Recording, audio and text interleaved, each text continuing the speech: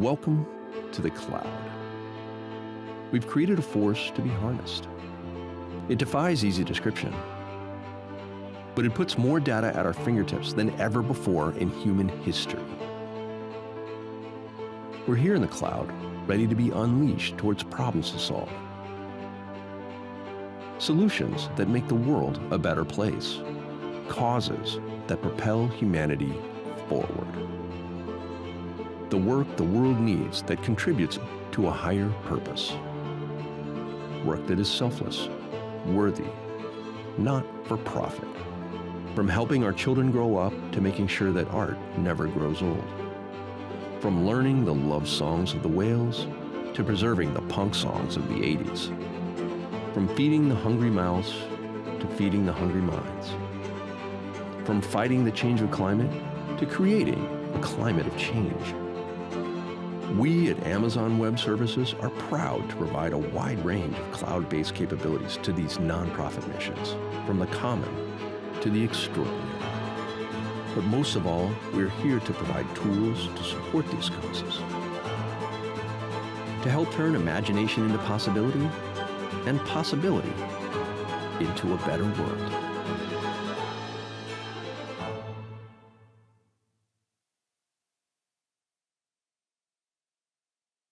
Welcome to the AWS Imagine Nonprofit Conference. From AWS, please welcome to the stage Alison Freihoff.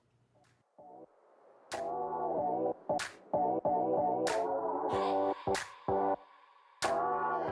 morning, everyone. I'm glad you made it through security. Welcome to Amazon HQ2. We are so happy to have you here today at Imagine 2024. Thank you so much. We are thrilled to have all of you with us to imagine amazing things that can be done with cloud technology. And I need to thank our interpreters today, Jen Drew, and you'll also see Lindsay Dansinger. All right, let's get started. We are excited today because we have some incredible sponsors that we would love for you to get to know. Okta, Bonterra, and others. CDW is here. We want to thank all of our sponsors. Thank you so very, very much. And Splunk. Can you raise your hand if you're from Bonterra, CDW, Splunk, or Okta? Thank you very much for being here. We love it.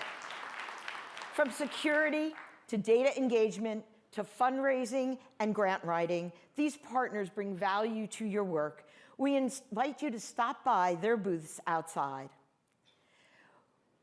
You are all leaders, and we're all working to answer the question, how do we create a safer, more equitable, and sustainable world?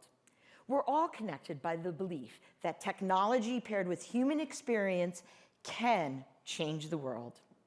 Digital and cloud technology have given rise to tools like predictive analytics, machine learning, artificial intelligence, and of course now, generative AI. Like the internet, generative AI will impact every aspect of our work. It has the ability to turn large volumes of data into actionable information at rapid speed. This is an opportunity to accelerate everything we do. From recommending relevant programs to detecting early-stage cancer to real-time suicide prevention. Technology alone can't do everything, we know that, but leverage responsibly, solutions like generative AI in your hands can truly help facilitate change. AWS helps organizations of all sizes, from Geisinger Health System and United Way to breastcancer.org and Street Lives New York City. Whether you're operating globally or serving locally, we help you answer questions like, what mission decisions do we need to make? What data do we have? What data do we need? How do we design the right solutions? How do we become a data-driven culture? And how do we measure our outcomes? And of course, when is the right time to start using generative AI? Maybe yesterday. Analytics, definitely today. Absolutely. We have designed today's program to speak to these challenges and opportunities through the voices of leaders like you.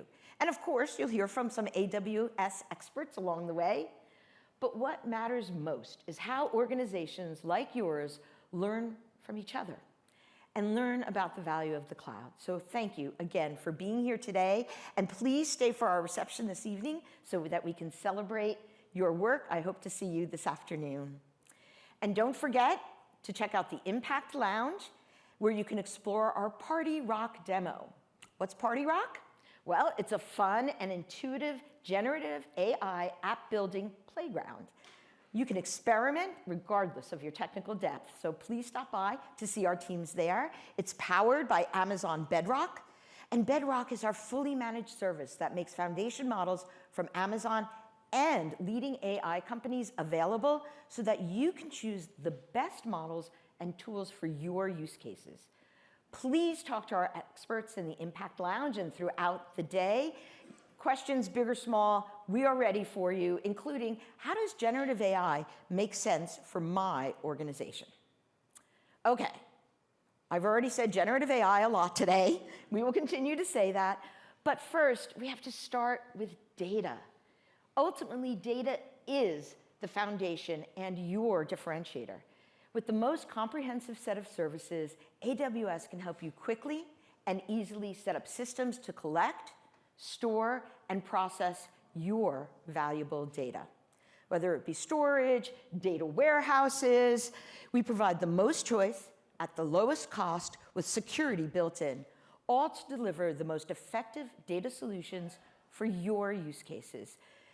But most importantly, to make sure that that data can be used by the applications and the people that need it most. By putting a focus on your data, you can then apply technologies like analytics, machine learning, and AI. And this will unlock even more value, and your data is the difference. It's the difference between generative AI, and really using generative AI for your applications and your mission.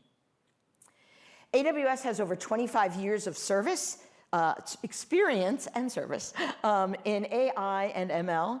We make it easy to build intelligent and secure applications customized for your data and your use cases. AWS enables you to easily innovate at all three levels, which you can see here. And it's really exciting that we have the ability to look at not only applications, but also the tools, but even the infrastructure to help you build and generate responsibly and with confidence.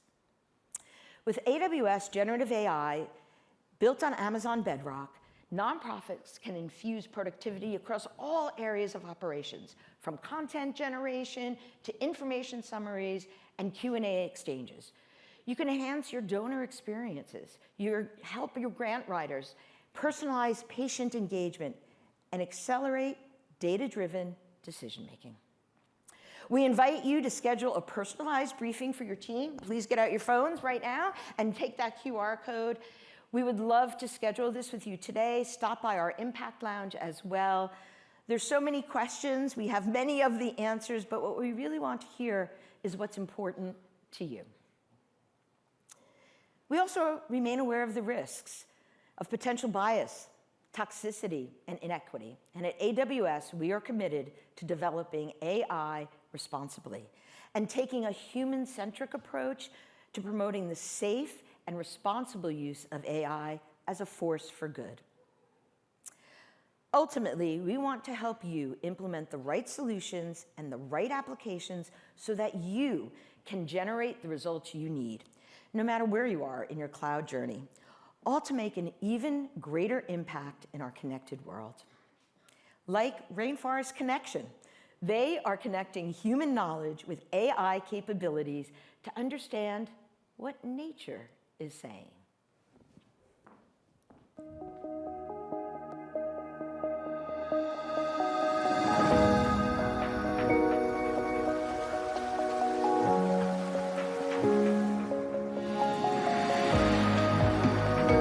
At Rainforest Connection, we focus on using technology to try to help the forest, to try to empower the local people to be able to do something about what's going on in their area, in their local neighborhoods, in their forests. So what we're doing here in Chile is we're installing 6 different acoustic monitoring stations, particularly to pick out the sounds of the Darwin fox. And the Darwin fox makes this incredible sound, this incredible call that's really unique. And so it's been challenging to consistently track them, but we're hoping that with acoustics, we can use our system to build an AI model, pick out that sound, and be able to see where the fox is present so that we can build conservation management plans around that effort.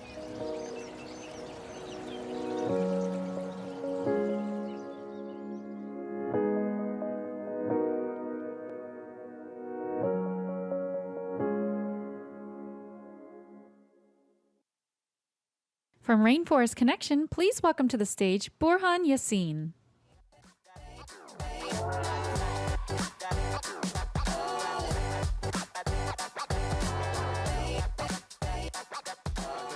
Good to be with everyone here. I'm here today to talk to you about sound and AI, how we use machine learning and AI to study sound in the forests.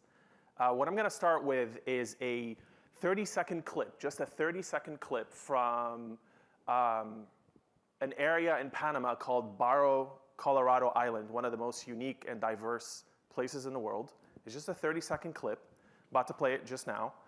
I invite you to just close your eyes and listen to that clip from the rainforest and see if you can identify the number of species, the number of unique species that are just in that 30-second clip, and even identify the count of how many animals and species are in that 30-second clip. So I'm just about to play it right now. We can talk about it. So listen in and tell me what you hear.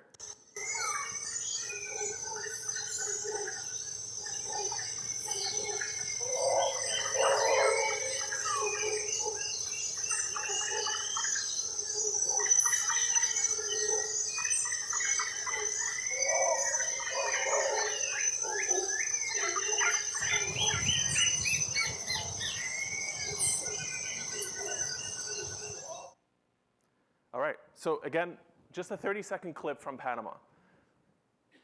How many different species do you think you've heard? 10, okay. How many count of species you think there is in that 30-second clip? 100, 50, 200? Any guess? Okay. Well, there's over 300 species, 300 count of species, over 15 different unique species that exist in there, from birds to amphibians to insects to mammals.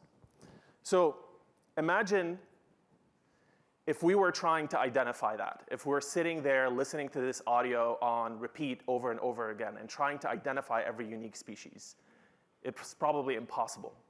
Let's take a look at this with an AI model that is trained specifically on data from Panama, and let's see what it's able to detect. So this model is running in real time on what's called a 2D, it's a spectrogram, a 2D representation of the audio. You can see that it is able to detect a cricket, a cicada, a howler monkey. That barking sound that you heard was a howler monkey. Several species of birds. And it's able to do that in real time with over 92% accuracy. The interesting thing is this whole time, if we dim down all these noises, there's a chainsaw that was running in the background this whole time during this entire clip that you couldn't hear. We were only able to hear it, and you're only able to hear it now because we dimmed down all these sounds.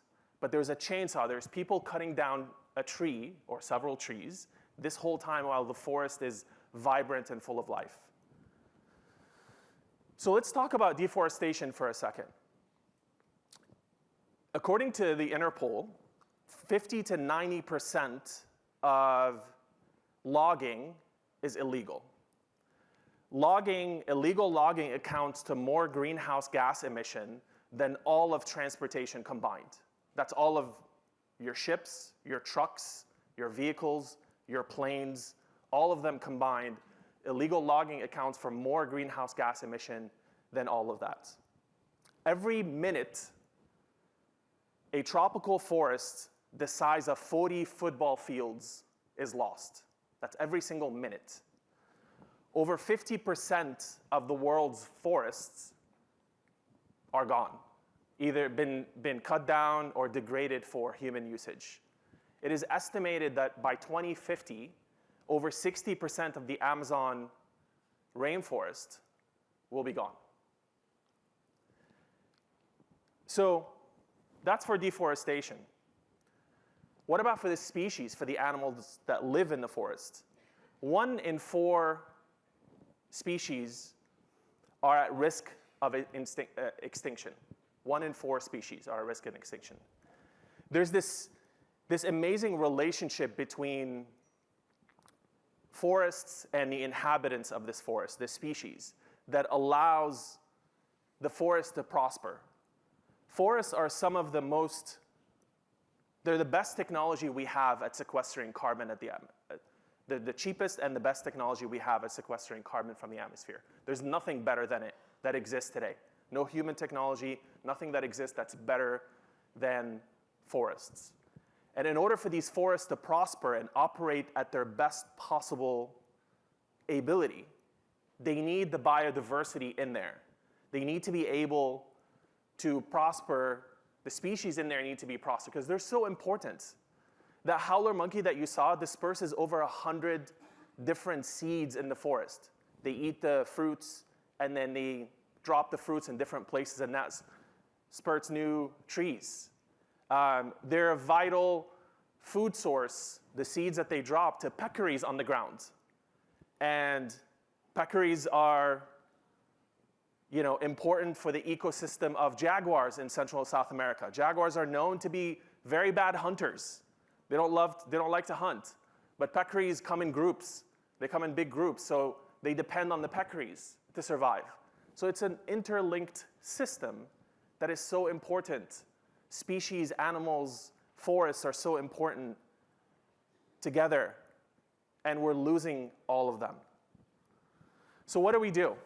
So these devices that you see here called the Guardians, they're solar paneled, essentially a mini computer. We put them on top of the tree canopy, as you see here. They have a range of almost 7 square kilometers, 1.5 kilometers in every distance. They record the soundscape 24/7.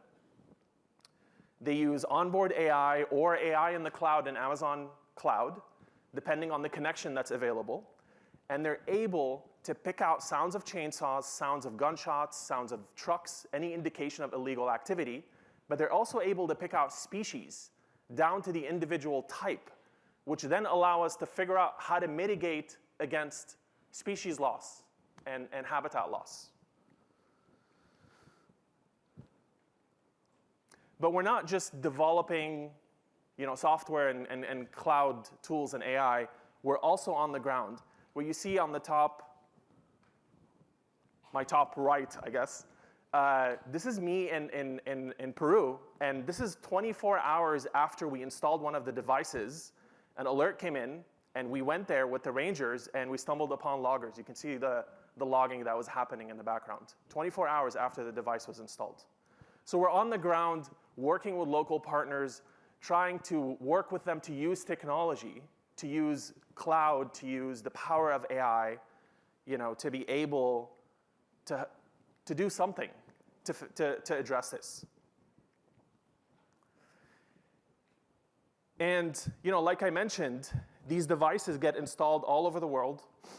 This is a project in Puerto Rico. This is the Mountain Coqui that you see there, a project with the US Fish and Wildlife, where we deployed over 900 devices across the island to monitor the state of biodiversity in the island. And working closely with a local nonprofit organization and the US Fish and Wildlife, the map that you see there, the red that pops up, these are areas that our team was able to recommend to the government of Puerto Rico of new protected areas that must be established because of what climate change is doing to species and how that's moving species to higher elevations, for example, and so on. So we were able to predict new protected areas based on the data that's collected from the ground and based on these detections that you saw earlier that we can do with AI. So I think it would do it disjustice if we were to hold on to this just for ourselves. We're a small organization, we're about 45 people, and this has to be done in a way where it benefits the whole world, the entire science community. So as a result of all of our learnings, as a result of our experience working on the ground, we've built this open platform that's fully hosted on AWS called Arbimon. And Arbimon is designed to use these techniques and these tools as a way to help local organizations, to help scientists and researchers to do the same work that we're doing. That's the only way to scale it, is to open it up to everyone. Arbimon today has over 4,500 projects from 119 different countries around the world. There's 154 million one-minute recordings hosted on S3 as we speak from Arbimon. That equates to almost 225 years of continuous soundscape audio from 119 different countries. By far the largest soundscape collection in the world, perhaps even in history. Right now it sits on AWS Cloud. Over 1.8 billion analyses have been performed, and over 4,000 species have been identified. So let me close this by saying we were born in the cloud, right? We've adopted the cloud from the beginning as the origins of how we started, and we use the power of the cloud to do this. And I think for everyone here, especially nonprofits like us that are considering cloud at the moment, do it before it's too late, because it allows you to focus on your mission. It allows you to focus on exactly what you're trying to fix and what you're trying to address. Not have to worry about infrastructure, not have to worry about how to do all these different complicated things that somebody else can handle it for you. And the amazing support that AWS provides for nonprofits is just unbelievable. So, thank you so much. Hope you enjoyed this, and I'd love to talk to you after this. Appreciate it.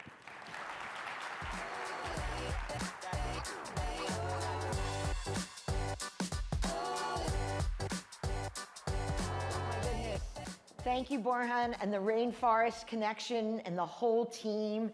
Your human ingenuity is nothing short of remarkable.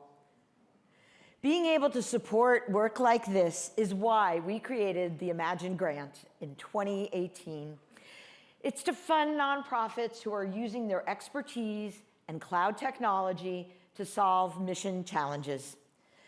The grants fund mission-moving projects like the Go Further Faster Award and foundational cloud projects like the Momentum to Modernize Award.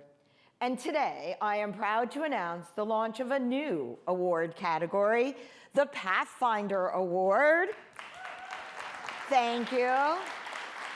The Pathfinder Award provides up to $200,000 in cash funding and expertise from the experts at the AWS Generative AI Innovation Center. Nonprofits using generative AI for their mission-moving initiatives should apply today. Talk to us in the Impact Lounge. We continue to grow and invest in the Imagine Grant, and we are so excited that in addition to the US and the UK, the program will now be available in Ireland as well. So all of you who came in from Ireland, get your applications in. To help give you a sense of what our 2023 winners are up to and to help you get your ideas flowing, I'm happy to share just a few examples.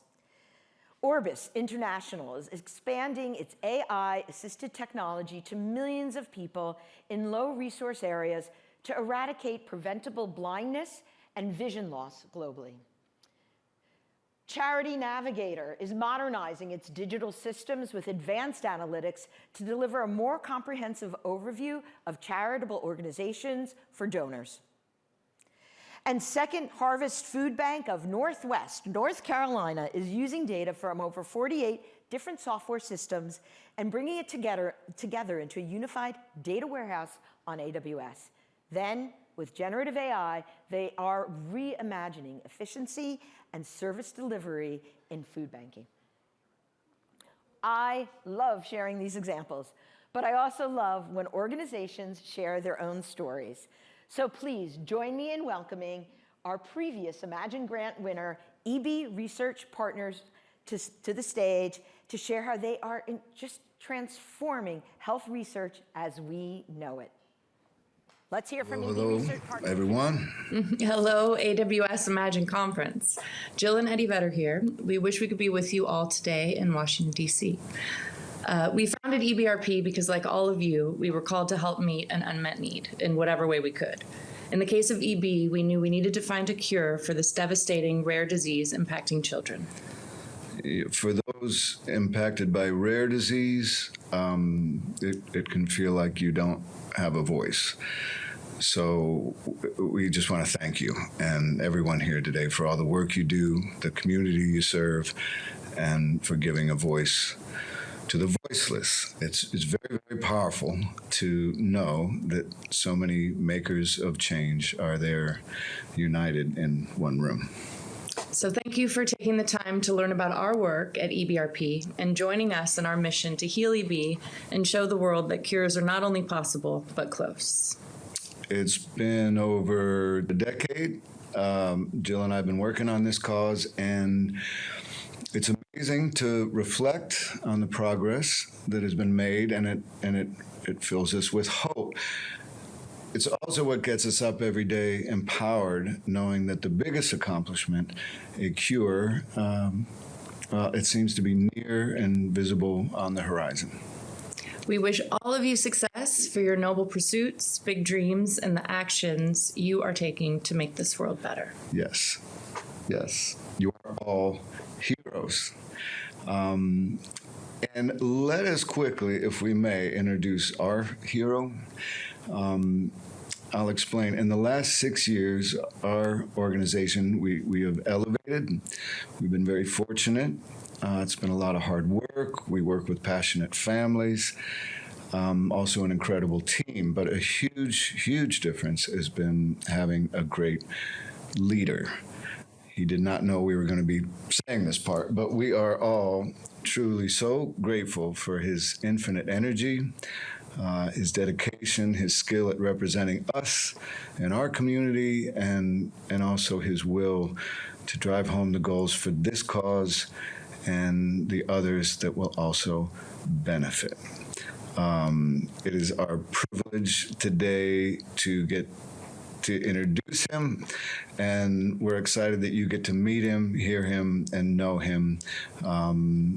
Here we go. Welcome to the stage, Mr. Michael Hunt. Happy birthday. It's his 40th birthday. From EB Research Partnership, welcome to the stage, Michael Hund. Cat's out of the bag. It's my birthday, and I turn 40. So now you know it's not it's not the only surprise of the day. So stay tuned. I just wanted to start by thanking our co-founders, Jill and Eddie Vedder. To use a platform as a powerful force for good is such a beautiful thing, and they do it so well. So if we can give a round of applause for them and all of their activism and all of their work. I also wanted to shout out AWS Imagine for bringing this amazing group of people together. Lauren Stovall and her team, amazing women leaders putting this whole thing on. Let's give a round of applause for them. You know, Muhammad Ali, the great Muhammad Ali, once said that service is the rent you pay for your time here on earth. Service is the rent you pay.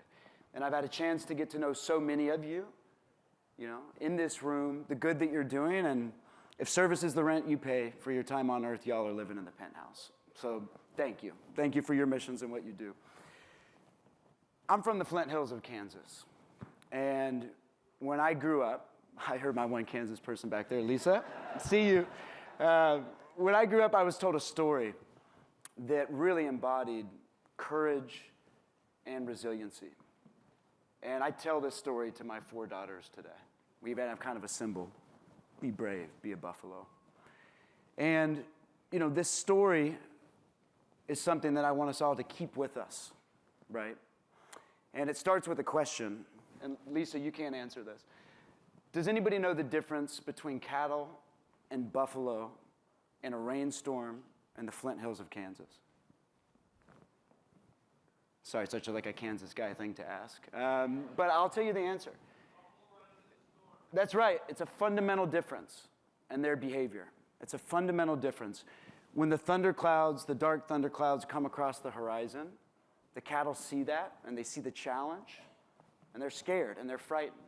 Cattle are kind of slow, so they run away from the storm. But what happens? As they're running away, that storm follows them. That storm engulfs them, that storm becomes them, and they never get through it. That problem, that challenge, that adversity follows them around. Buffalo, they do exactly the opposite. They run at the thing. They run at the storm. They rally together in a herd. They put the most vulnerable among them in the middle to protect them.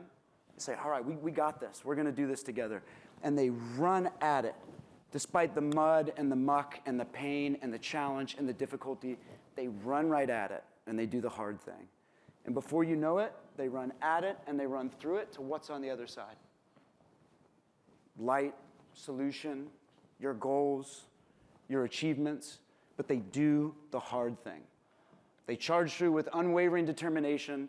The stomping of their foots creates a thunder that's louder than that thunderstorm could ever be. I'm going to ask you for a moment to close your eyes. Trust me, everybody close your eyes. Take a deep breath. I promise my friends in the Secret Service we won't steal your wallets. Take a deep breath. Keep those eyes closed. We've all been through life's storms. It may be battling illness, mental health, poverty, inequality, or just daily struggles. It can be dark. It can be isolating. You don't know where to get answers. Sometimes you can't find anybody with a shared experience. Keep your eyes closed for one more moment. You don't know where to turn to, and it often can feel like a storm. Keeping your eyes closed, just raise your hand if you, a loved one, a friend has gone through a storm, a challenging time, adversity. Just raise your hand if you've gone through this or you know somebody that's gone through it. Keep those eyes closed. Now I want you to keep your hand raised and open your eyes and look around you. Look around. Look at all these people with their hands up. You can put your hands down. You are not alone in your challenges and your struggles and your missions. Everybody in this room after today is your herd. This is your tribe. This is your people. This is your crew. Y'all are paying your service rent at the White House. And not only the people in this room, but the missions, the communities that you guys serve, that's your herd. That's your people. And you can run through any storm to accomplish it. So how can we, this group of newly appointed Buffalo, how can we charge at our missions? Today I'd like to offer a framework that we call the innovation alphabet. Having an audacious vision, powered by a bold business model, fueled by a unique and creative approach, and most importantly, choosing your destination. First up, audacious vision. If your goals don't scare you, those goals are not big enough. Be fearless, be reckless, be brave, be an adventurer into the unknown. At EB Research Partnership, what's our audacious vision? It's for Salim, and everybody likes Salim. Salim has epidermolysis bullosa, or EB for short. It's a life-threatening rare genetic disease. Life expectancy is 1 to 30 years old, and every day, Salim fights a daily battle. Hours of bandage changes, bleach baths, doctor's appointments, and pain.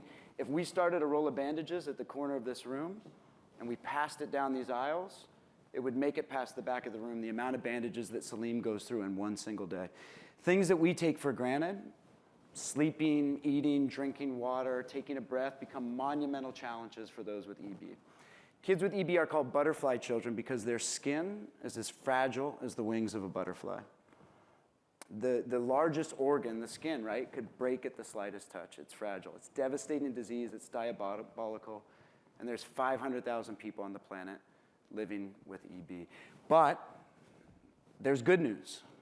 EB is monogenic. It's caused by one gene mutation, and we know that gene mutation. We've discovered the genetic mutation that causes EB. It's a target. We have it in our sights. We've gathered our tribe of the most brilliant scientists and doctors and biotech companies and innovators and philanthropists to run and charge at that problem. When we started, EB was called the worst disease you've never heard of. Today, this disease is called the disease that we are curing. Since we started 10 years ago, it was bleak, not a lot of hope, not a lot of research, not a lot of clinical trials. We've raised $60 million to fund 140 projects that's led to a 20-time increase in the amount of clinical trials, starting at 2 to now more than 40 today. The landscape has been transformed. This isn't science fiction, it's scientific certainty. For the first time, we believe more than ever curing EB is not an if, it's only a when. So how are we doing? What's our progress indicator? We had a monumental moment last year. For the first time ever, we got 2, not 1, 2 FDA approvals for epidermolysis bullosa. 2 approvals.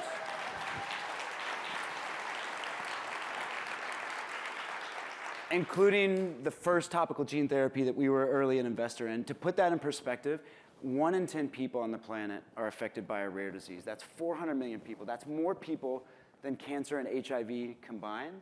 Yet 95% of that very, very large audience has 0 FDA approvals. We crossed into the 5%, and while we are certainly grateful for that, that's a milestone, that's not an endpoint.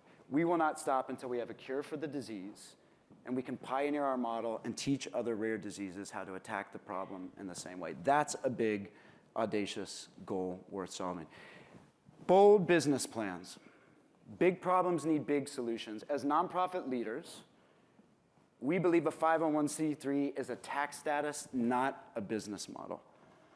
We need to run like Fortune 50 companies with the best and most elite staff, diverse and talented boards that can guide us in our missions to have that rigor and discipline of businesses. And what's our business model? How do we think differently about this? Venture philanthropy, a venture into cures. We don't just write checks and hope for the best. We invest in the most promising science, and we take an equity stake in those investments. So if they're commercially successful, so are we. But the difference, our return on investment, we call return on impact. If it's monetized, the funds come back to the foundation to fund more research again and again and again and again until we cure the disease. Patients are our shareholders, but we're in the business to put ourselves out of business. We exist to not exist. We also believe in the power of technology. A few years ago, we started working with AWS, really just to ask a simple question. How can we make navigating the journey with a rare disease as easy as entering a destination into your GPS? But rather than right and left turns, we want the right treatment for the right patient at the right time. Nonprofits, if you don't think like a CTO, you may not be in business in a few years. Get your technology model right. Find yourself an AWS. Scott Glasser, who's doing other brilliant engineer stuff somewhere in this building, is our guy. Find yourself a Scott Glasser. Dream big, think of it, and let machine learning and AI and rapid analytics in the cloud solve that problem for you. So what we build is called Curator, powered by AWS, Stanford University, and the patient and medical communities. It's a platform. As easy as finding the best pizza spot in your neighborhood. Patients sign up, swab their cheek, genomics power their experience. They own and control their data. I'm going to underline that. They own and control their data because that's a rarity today in healthcare. We believe in that. That's a principle. This is powered by patients. They're in the driver's seat. They can log on and based on their genetics and a quick survey, find the best doctor within 50 miles. Find a clinical trial that's uniquely suited and mapped to their genomics. Find patients and families that have a shared experience and are going exactly through what they are going through. There's power in the patient voice. There's power in your stakeholder voices. Sometimes they know more than the scientist and professional. And they decide when and how and where that data will be shared. Finally, choose your destination. Every mission needs a destination and a deadline. It's not enough to say, my mission is X and we'll solve it someday. Hope we solve it someday, right? Our communities deserve better. Social innovators, it exists to not be in existence, to put yourself out of a job. Some call it outcome-based thinking. This is Kennedy's, I'm going to go to the moon by the end of this decade. This is Martin Luther King, I have a dream, and putting it up on the wall. We call this outcome-based believing. having such strong conviction in your mission and your community and your herd and your tribe that you know you can harness the best of their collective abilities to accomplish that, to timestamp it, and to put a deadline. For us, we don't want to just cure EB. We want to cure EB by the end of this decade. There's lots of big problems in the world worth solving. We don't want to do it in our lifetime. We want to do it by this decade, and we've rallied the community of patients, researchers, doctors, scientists, medical professionals all around the world to deliver on this. And not only do we want to cure EB by the end of this decade, but we want to pioneer a model and a process that can help the 400 million people on the planet living with a rare disease. So I know picking the deadline may be daunting, but I'm going to challenge you all. It's absolutely necessary. Set your missions, ETA. So if we can do this as an organization, what does this mean? This means that Jacob and Eli and Darren and Rowan and Salim can be given time back. We can remove the hours of bandages changes and the dozens of doctor's visits and the pain and the bandaging and the bleep baths and the challenges and the adversity. We can give that time back to be a kid, to go on vacations, to grow up and change the world and be the next of you in this room today, right? So what does that mean for you, my new appointed buffalo, this herd, this tribe, right? What does it mean for you guys? Time is the greatest gift that we receive in life. That's why they call it the present. It's an asset that we can't control. But you can give your time to give that time back for the causes and missions that you serve. And you can do it with a community, a tribe, and a herd. Time back for years on life. Time back for health. Time back for women's health. Time back for equity. Time back for the environment. Time back for whatever that mission is that drives you and gets you up in the morning that you know you serve somebody and you want to deliver that. This is a herd. We can leave this running forward with the force of 100 buffalo. We're here to help one another. We're here to help each other. Your communities are here to help you. So my parting words, go forth, my buffalo, my people, buffalo like us, baby, we were born to run. So thank you.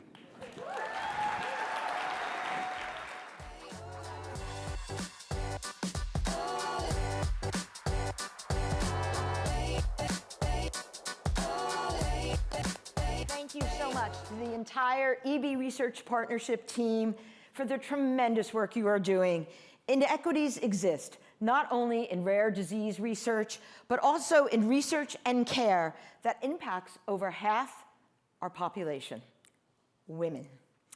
We are so thrilled that in November, the President and the First Lady announced the White House Initiative on Women's Health Research. And here to speak with us today is the First Lady of the United States, Dr. Jill Biden.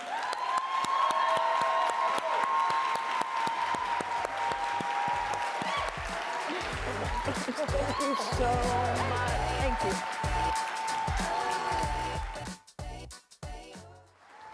Hello, good morning.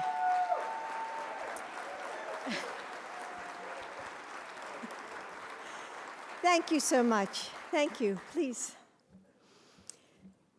Thank you, Allison.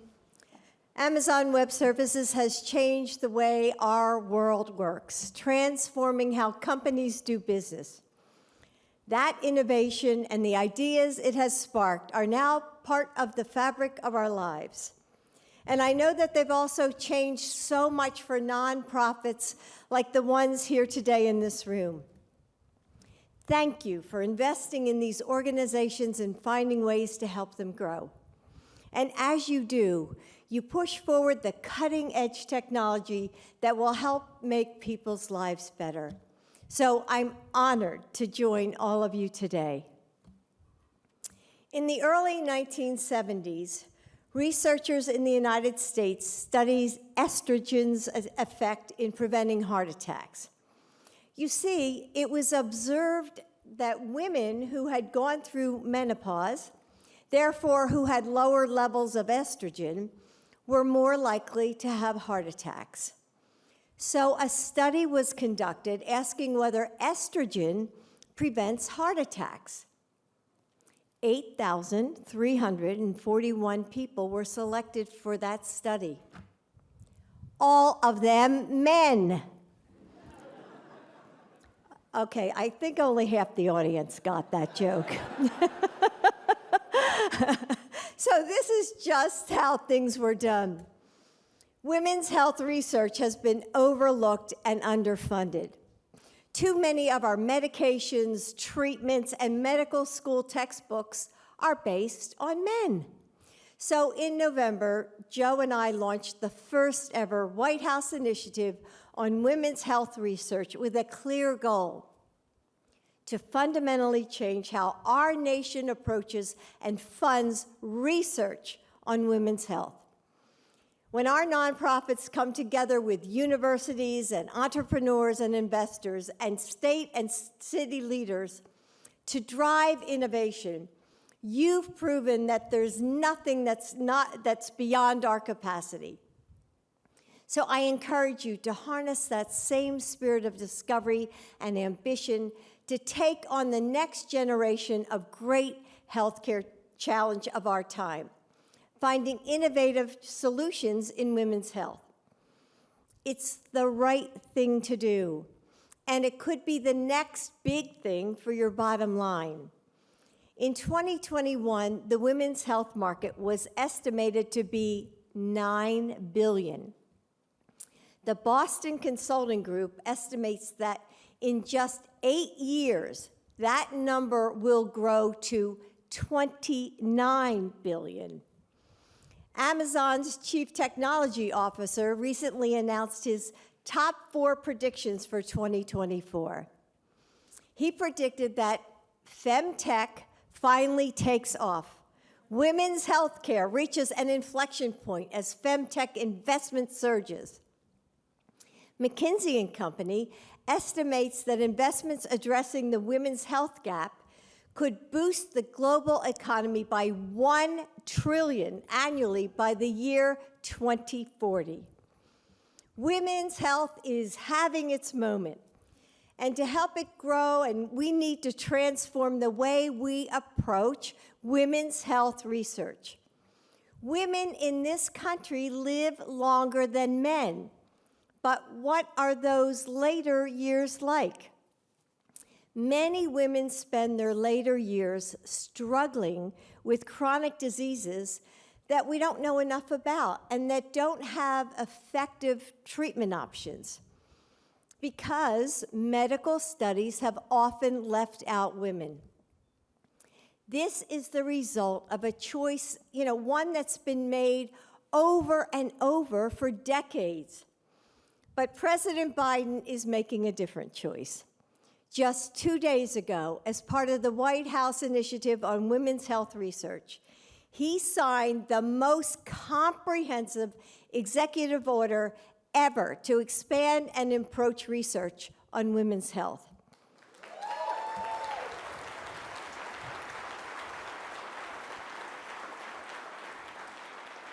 I know, I'm so proud of him. So Joe is directing his administration to find ways to use artificial intelligence and other technology to advance research on women's health.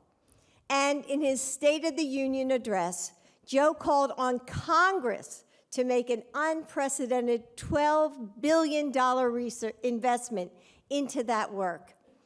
ARPA-H, the agency Joe created to pursue breakthrough health research at lightning speed, launched its first ever sprint for women's health, which will invest $100 million in life-saving research on women this year.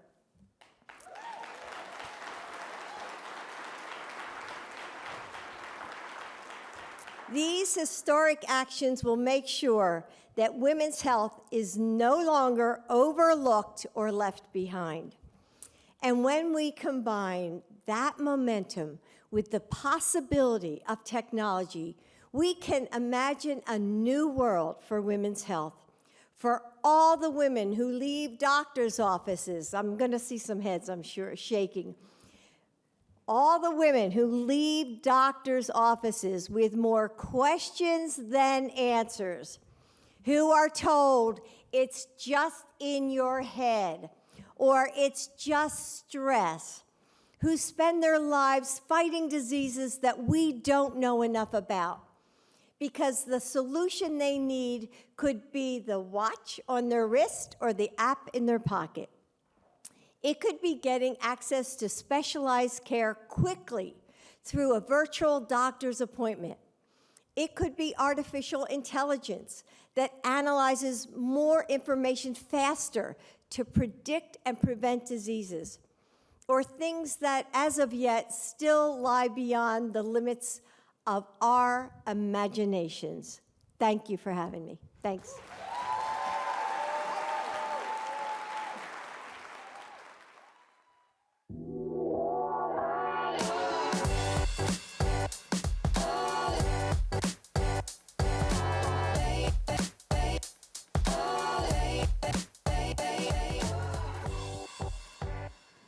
Thank you so much, Dr. Biden, for spending the time with us today and for sharing your vision for transforming women's health research.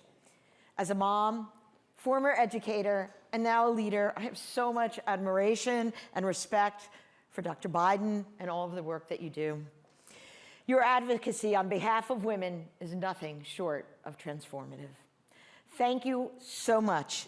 This focus on women's health is just one example of how, when we unite across sectors, government, nonprofit, healthcare, and corporations, we're all stronger together. So, let's talk about that one human quality that helps us unite, and that's generosity. Whether it's donations, grants, research, advocacy, or just time and dedication, we are all part of that generosity. And today, we are honored to hear from Chris Anderson, the curator of TED, and his new book, Infectious Generosity. You all know TED, a nonprofit that has built a digital platform dedicated to ideas worth spreading. Let's hear more from Chris Anderson.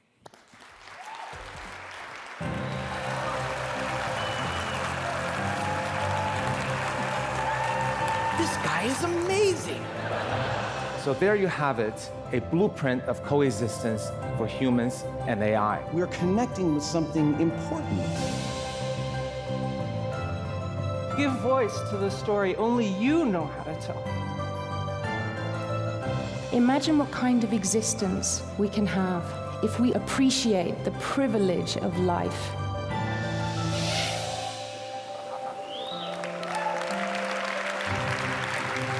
Let's explore from a brand new perspective. Just how ingenious, how flexible the human mind is. There is no end to the inspiration. Thank you so much.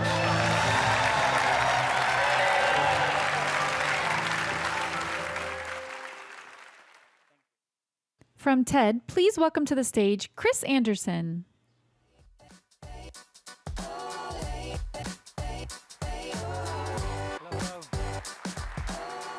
So if you ever get invited to speak somewhere, here is a top tip. Never, ever speak after Dr. Jill Biden. Terrible idea. Was I the only one sitting there thinking, is there any way you could be the next president? Anyway, look, it's actually really meaningful to be here with you, with people who are working to make the world a better place. I mean, this is a tough road you all have chosen. You know that, right? Often it takes a tough road to get to a place that's amazing. So let's explore this territory.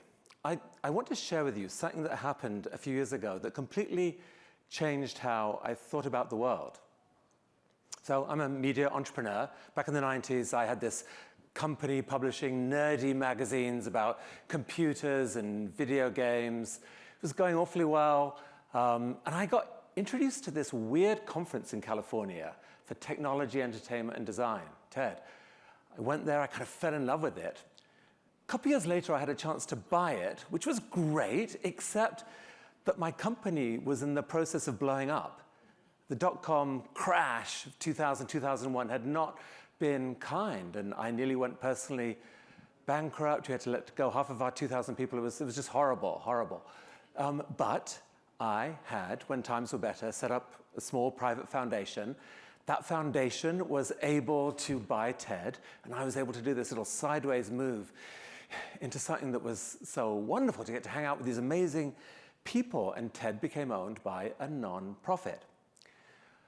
After I'd spent a couple of years licking my wounds, kind of recovering from what was a really painful period, I started to feel like, well, we're a non-profit. We're supposed to be here in the public interest. We should be letting out into the outside world somehow some of the magic that happens at TED. How do we do this?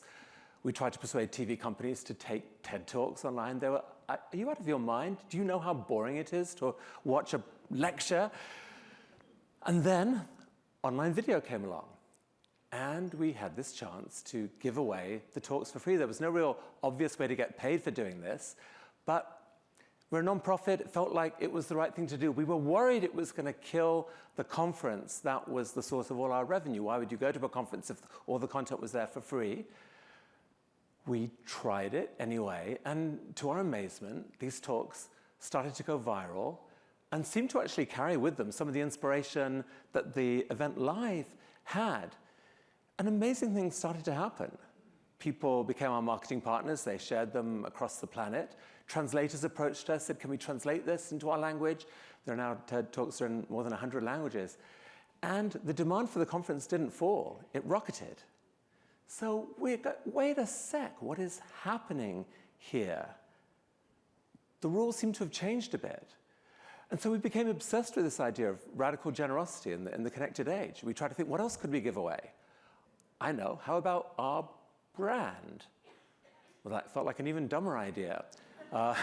There were definitely some embarrassing moments when people ran TEDx events in different parts of the world. We don't control TEDx events. We just license them for free, and things can go wrong. But the amazing thing is that mostly things go right.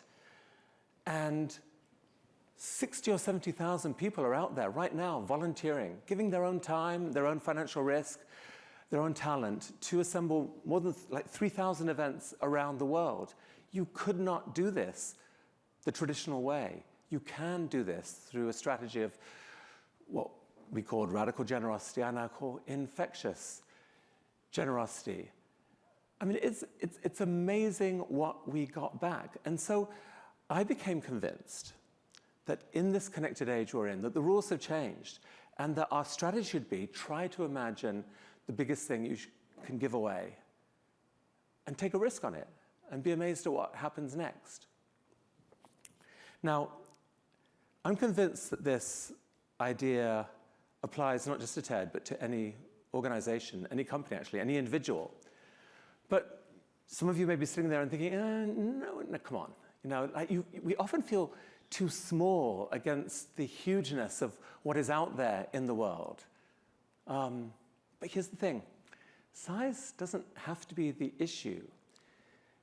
In 2019, one of the smallest things you can imagine, a little group of atoms, completely invisible to the human eye, slightly changed its shape, entered a human body, and within a few months had shut down the world economy. Thank you so much, COVID, for at least one powerful lesson. You don't have to be big to be powerful. You just have to be infectious.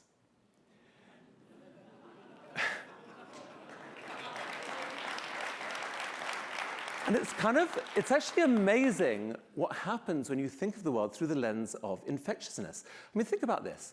Let's say you go to a meeting and you tell people about your work. Say 30 people are there. And they go out and they tell 25 other people about your work. And those 25 people tell another 20 people about your work, and so forth. When all's said and done, maybe 100 people get to know about your work. That's great, not world-changing. But suppose you found a slightly different way to tell your story, and that those 30 people actually told 35 people, who told 40 people, and that pattern continued. A month later, maybe 1 million or millions of people know about what you've done. So this is astounding, just a small increase in infectiousness of message can make a literally thousands-fold difference in impact. So we should be obsessed about this. How do you do this? How do you cross that chasm from invisible to infectious? I mean, there are lots of ways. Perhaps some of you might dream of doing something, giving away something in the way that TED did. We've actually already had great examples this morning of people doing exactly that. See, the connected age, it's amazing where we're at. The things that people value most right now are actually intangible things, the products of the human mind. Case in point, AWS. It's not a coincidence that a unit of Amazon that has less than 10% of the workforce accounts for far more profitability than the rest of the company combined.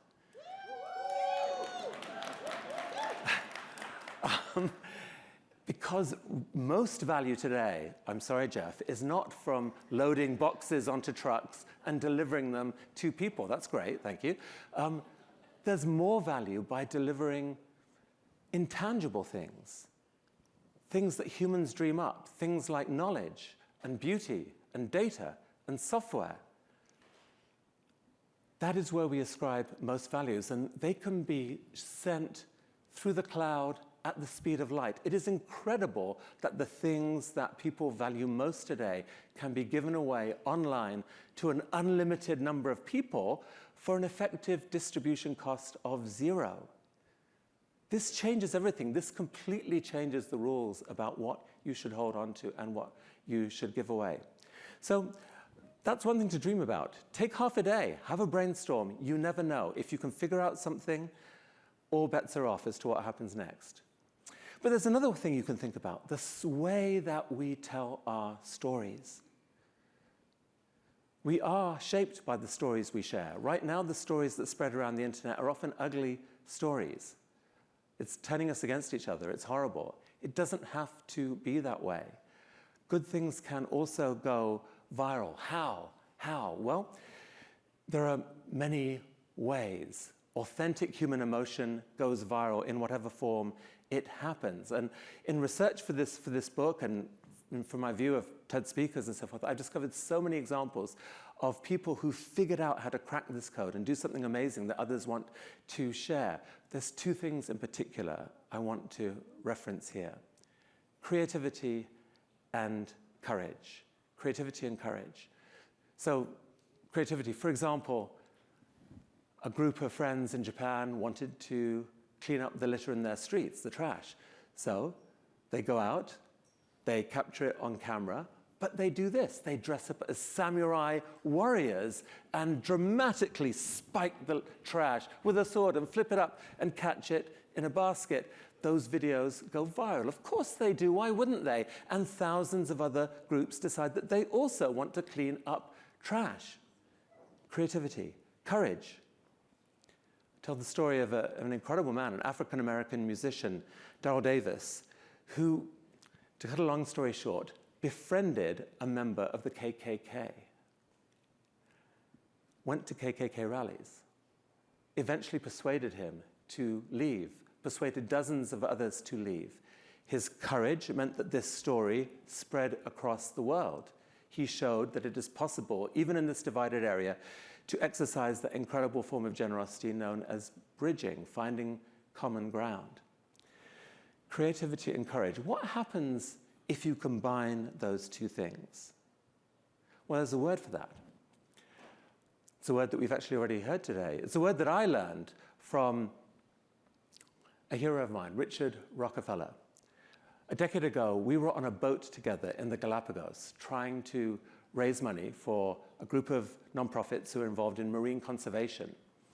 And there were donors on board the boats, and they were trying to figure out how to persuade these donors to support their individual causes. It wasn't going well. At dinner on the third day, Richard stood up and he said, "I see that some of us are struggling.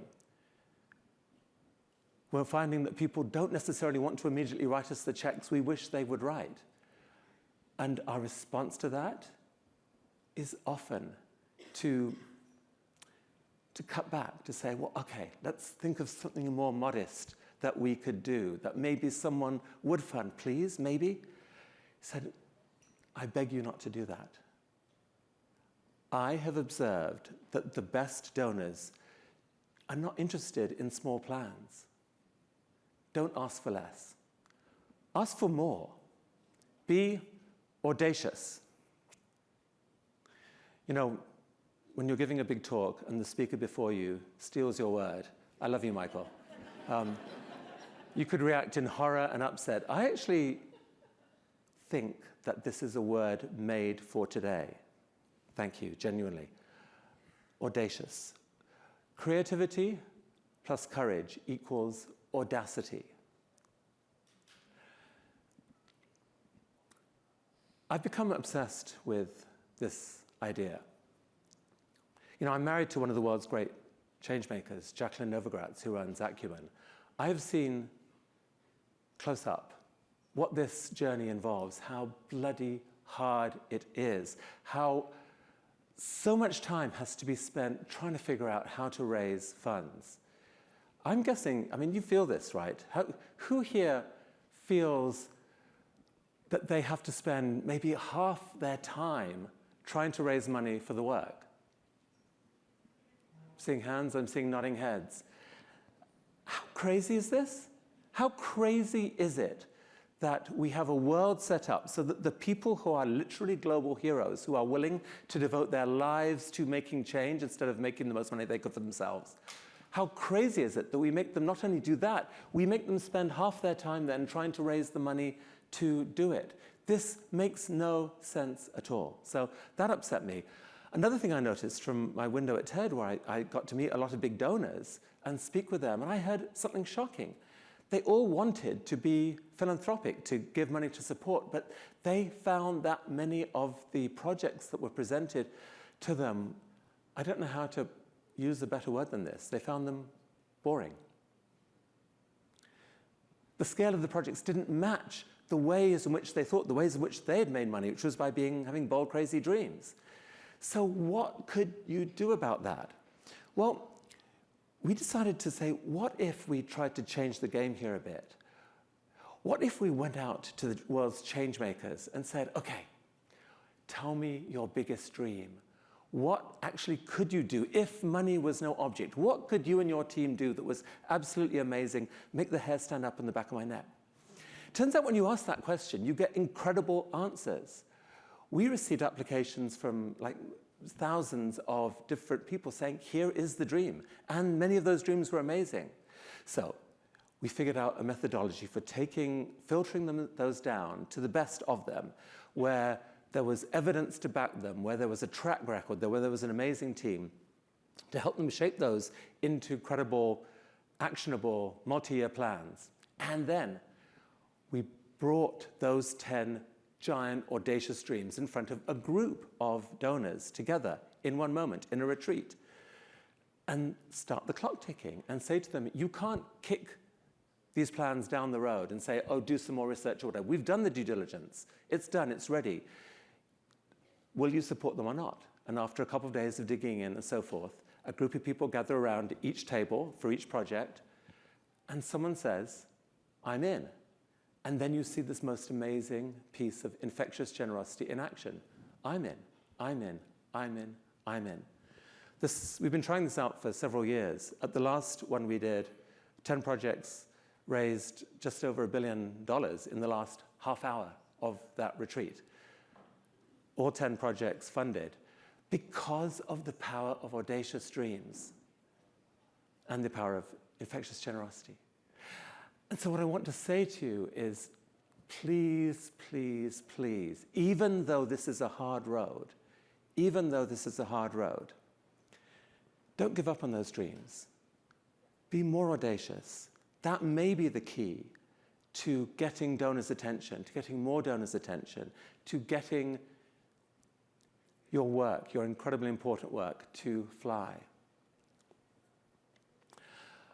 I don't know about you, I'm sick of how mean the world has become.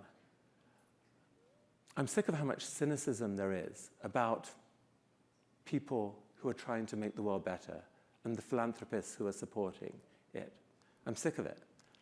But I'm also persuaded that the best way to fight these things is to show what is possible.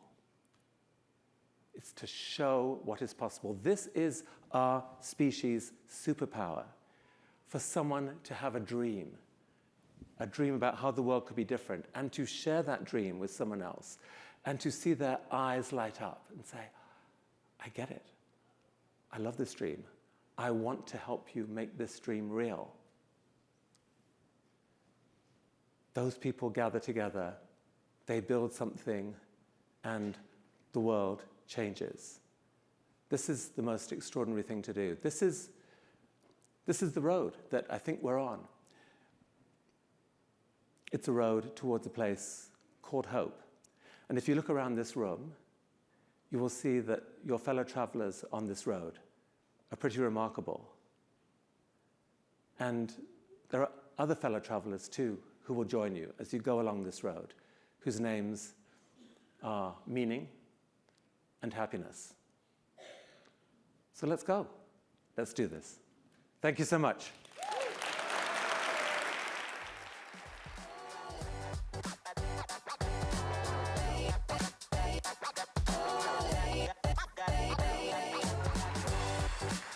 Well, thank you so much, Chris, for your leadership and your perspective.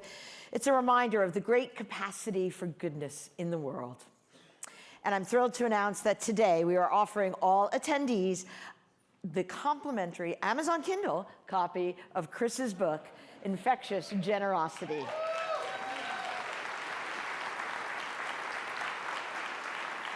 Again, stop by our Impact Lounge and get your code. We are so thrilled to have you.